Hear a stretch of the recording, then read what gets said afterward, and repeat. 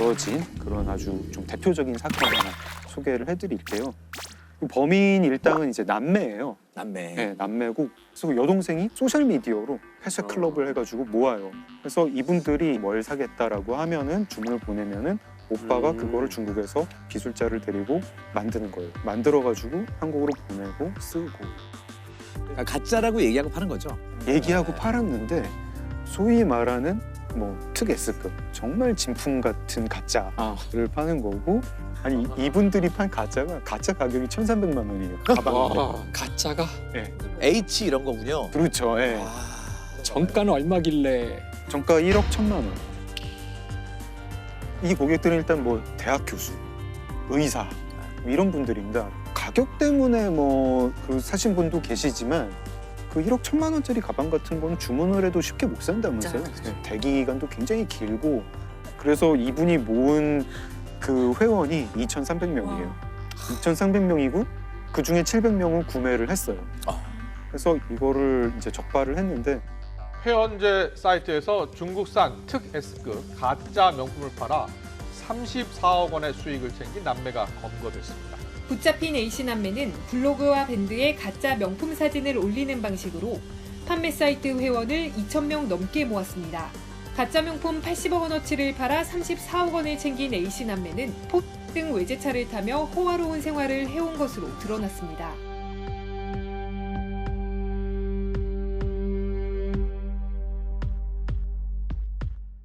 근데 이런 사건 같은 경우에는 진짜 직접재산권을 가진 그 회사가 고소를 해야지 범죄가 성립이 되는 건가요? 아니면 그냥 적발할 수 있는 건가요? 적발할 수 있는 겁니다. 네. 그 회사가 고발하지 않아도 우리가 이제 지나가다가 사실은 짝퉁 판매업소를 보고 고발을 하면은 경찰이 수사를 하고 기소를 할 수가 있어요. 그 회사들은 이제 그런 걸 기초로 해서 손해배상 청구를 하는 거예요. 네. 너 때문에 우리의 브랜드 이미지가 이렇게 하락했고 그걸로 수익을 봤으니까 이 정도는 손해로 계산을 해서 우리한테 배상을 하라. 민사로는 절로 나가야 예. 돼요.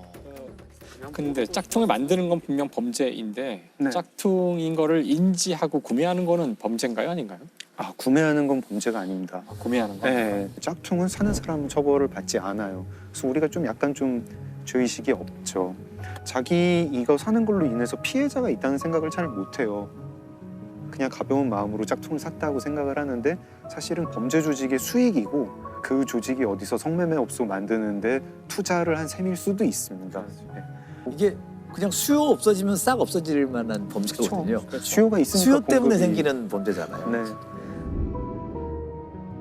제가 오늘 낮에 그 압수물품 그 컨테이너 다녀왔는데 이런 것도 가짜가 있나 싶을 정도로 정말 그냥 생필품 우리 쓰는 거 그런 것도 가짜가 많아요.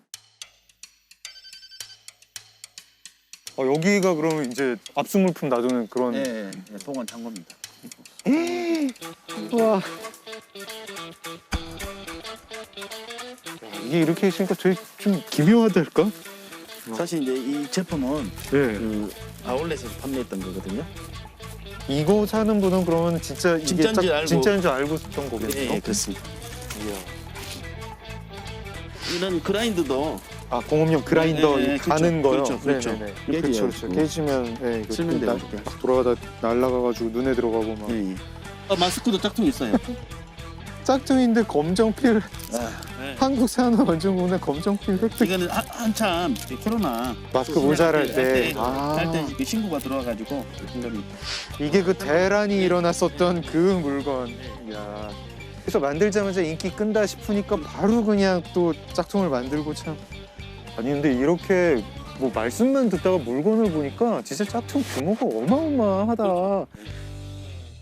그러니까 저는 이게 꼭 명품보다는 뭔가 신용과 브랜딩이 된 제품은 짝퉁이 나오는 것 같아요. 그쵸. 네. 왜냐 그걸 그 이름 보고 다 사니까. 그런 걸 보여주는 사건이 있는데요. 2015년에 검거가 된 사건이고 천삼 위조 사건입니다. 천삼? 네. 인삼 같은 거예요? 이게 이제 홍삼의 네. 등급인데 최고급 최고급이구나. 홍삼을 따로 이제 천삼이라고 브랜딩을 해서 팔아요. 하는데 제가 어제 인터넷 쇼핑몰 가가지고 천삼 얼마인가 보니까 요만한 거 600g짜리 한 통이 300만 원이에요. 와. 중국 관광객들이 굉장히 좋아하고 이게 이제 짝퉁 판매업자, 짝퉁 제조업자 입장에서 보면은 아 이거 짝퉁 만들면 정말 큰 돈을 벌겠다 싶잖아요. 네. 그러면은 중국의 이 짝퉁 제조업자들이 어떻게 하느냐 이런 경우에 어떻게 할까요? 어차피 상 봐가지고 모를 것 같고요. 일반인들은 그러니까 웬만한 전문가 아니면은 그 인증서라든가 이런 그렇죠. 걸 도용해야 그렇죠. 그뭐 아주 그거를 이 짝퉁 조직이 어떻게 하냐면은 한국의 인삼 회사에서 그 인증서랑 포장지를 만드는 회사가 있잖아요. 네. 그 회사 사장님을 포섭을 합니다. 아, 포장지 만드는 기계랑 정품 인증서 만드는 기계를 한 대씩 더 만들어. 정품 인증서를 수만 장을 만들고 그 만드는 기계를 인천항에다가 배에다 실어요. 배에다 싣는데 그날이 일요일이었대요. 네. 그리고 이제 이 판매 조직 입장에서는 제조 조직 입장에서는 다 끝난 거잖아요. 내일 중국에 가서 기계 열심히 가동해가지고 포장지로 포장해서 팔 일만 남았다 그렇게 생각을 하고 강원도에 별장에 가가지고 파티를 엽니다. 파티를 열고 내려오다가 특사경이 체포가 돼요. 피의자가 저기 출국하기 전에 네. 뭐 자기들만의 그 파티를 한다고 거기 별장이 있는 곳에 네. 우리 저희가 또 추적을 해가지고 일당을 검거한 사례인데요. 그 하루 정도만 늦었으면 아마 선적이 됐을 거예요. 중국으로 가는 배에 실리려 했는데 네. 마치 딱 그 전날 영장이 나온 거예요. 지금 생각해 보면 그 포장지하고 그다음에 증명서 네. 이런 것이 나갔으면 상당히 그 업체는 큰 타격이 있었을 거라고 생각합니다. 보통 홍삼을 최상품인 천삼으로 둔갑시켜서 시가 650억 원 상당을 중국에 유통하려던 일당이 적발됐습니다. 이들은 가짜 천삼 이주에 필요한 인증서와 포장지, 포장용 기계 등을 중국으로 가져가기 위해 임시 보관해오다 특거청 특별사법경찰에 덜미를 잡혔습니다. 지금까지는 근데 뭐 이제 소비재였고 어떻게 보면 좀 뭐 귀엽다 뭐 이런 사건인데 짝퉁 때문에 안전에도 굉장히 위험을 많이 이렇게 입을 수 있는 약 같은 거. 먹는 약 같은 거. 이제 제일 큰 문제는 처방을 받았는데 가짜 약을 사게 되는 경우죠. 와. 네, 이제 기본 유통시장에도 뿌려져 있다. 기본 유통시장에 엄청 많이 뿌려져 아, 있고, 엄청 많이. 네, 엄청 많이 뿌려져 있고, 아예 그걸 노리는 가짜 약이 나오는 게 네, 이건 무서운 얘기네. 네, 말라리아 약을 그렇게 가짜 약을 만든다는 거예요. 야, 이건 이게 진짜 아프리카나 이제 동남아에서 말라리아로 죽는 사람이 많은데 그래서 이제 국제기금 같은 데서 말라리아 약을 대량으로 사서 이제 쓸 수 있게 하는데 그거를 노리고 말라리아 가짜 약을 먹는데 이 약을 먹으면 효과가 없잖아요. 그래서 걸리는 말라리아에 거죠. 걸리는 거죠. 아프리카에서 매년 10만 명이 넘는 인원이 중국이나 인도 등지에서 만든 가짜 약으로 인해 숨지고 있는 것으로 나타났습니다. 지난 2015년 저품질 말라리아 치료제 때문에 목숨을 잃은 5살 미만 영아만 12만 2천 명에 달했다고 밝혔습니다. 그러니까 이거는 아까 무슨 명품 짝퉁하고는 좀 차원이 다른 차원이 다른 거네. 네. 아닌가요? 목숨이 걸린 거. 거의 살인범죄인데 이건 살인. 그렇죠. 살인범죄. 차원이 다른 거 하나 말씀드리겠습니다. 원전 부품 짝퉁사. 아, 예. 안 되는데 안 되는데. 네, 대재앙인데 이거. 대재앙이죠. 근데 그런 일이 한국에서 최근에 있었습니다. 이게 2011년부터 2013년까지 이제 뭐 원전 납품 비리라고 알려졌던 사건이고 심각한 부품이 짝퉁이 돼서 원전 6곳을 그렇게 이제 세운 그런 사건이에요. 원자력 발전소에 또 불량 부품이 사용된 것으로 확인돼 신고리 2호기와 신월성 1호기 가동이 중단됐습니다. 교체에만 넉 달 정도 걸려 당장 다음 달부터 시작될 전력난을 극복하기가 만만치 않습니다.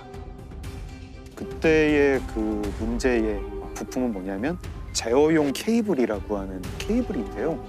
원전에서 사고가 났을 때 안전 설비가 원전을 이제 차단하는 그런 설비가 있는데 그때 신호를 보내는 그런 케이블이에요. 굉장히 중요한 거. 사고가 났을 때 엄청난 거잖아요. 엄청나죠. 그게 가동을 네. 안 되거나 이러면. 네. 만약에 이 케이블이 제대로 작동하지 않았다.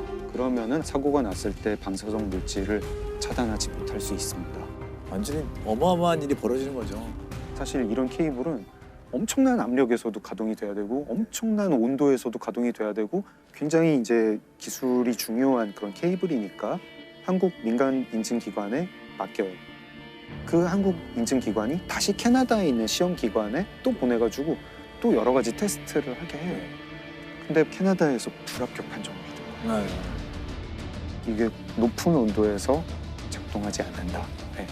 불합격 판정을 받으니까 어떻게 하지 하다가 그냥 합격한 걸로 고치자. 위조를 하자. 가짜 그 짝퉁 부품을 이건 이제 진품이라고 할 수 없죠. 이걸 보냅니다. 그걸 위조를 한 사람이 누구였냐면 한국수력원자력의 간부, 그리고 대기업 전선회사의 간부, 그리고 이걸 인증해야 되는 인증기관 대표. 와, 다 이게 조직적인 범죄네요. 범죄죠. 원전 부품의 시험 성적서를 위조한 혐의로 기소된 업체 간부와 이에 가담한 검증업체 한수원 직원들에게 중형이 선고됐습니다. 원자력 발전소에 불량 케이블을 납품한 혐의로 기소된 전선 업무 고문에게 징역 12년의 중형을 선고했습니다. 피해액이 얼마나 된다요? 피해 규모가 9조 원에서 12조 원 이렇게 얘기를 엄청난 해요. 규모네요. 네, 엄청난 규모죠. 9조에서 12조. 그게 원전 세워야 되고 그 원전 이미 들어갔던 거 다 부숴가지고 교체해야 되고 원전 세운 동안에 더 비싼 에너지로 전기를 공급을 해야 되고 그렇죠. 우리나라 2013년에 전력 수급 위기가 한번 왔었는데 그 원인 중에 하나입니다. 네. 이게 이제 사건이 밝혀지게 되는 경위 중에 하나가 그거예요. 근데 후쿠시마 원전 사고가 나가지고 네, 우리는 어떤가 하면서 감사를 했는데 협력업체들이 이제 제보를 합니다. 저 협력업체 이상하게 테스트를 빨리 받아. 부품 보증서를 이상하게 빨리 받아. 이런 걸로 제보를 해서 수사가 들어간 것도 있고 마지막에 이 전선 제어 케이블 건은 결국은 이제 내부 고발이었습니다. 내부 고발 아니면 이런 것도 힘들죠. 이거를 이 상태에서 잡았던 게 맞아요. 다행이라고 볼 수도 나중에 있고. 사고가 나서 네.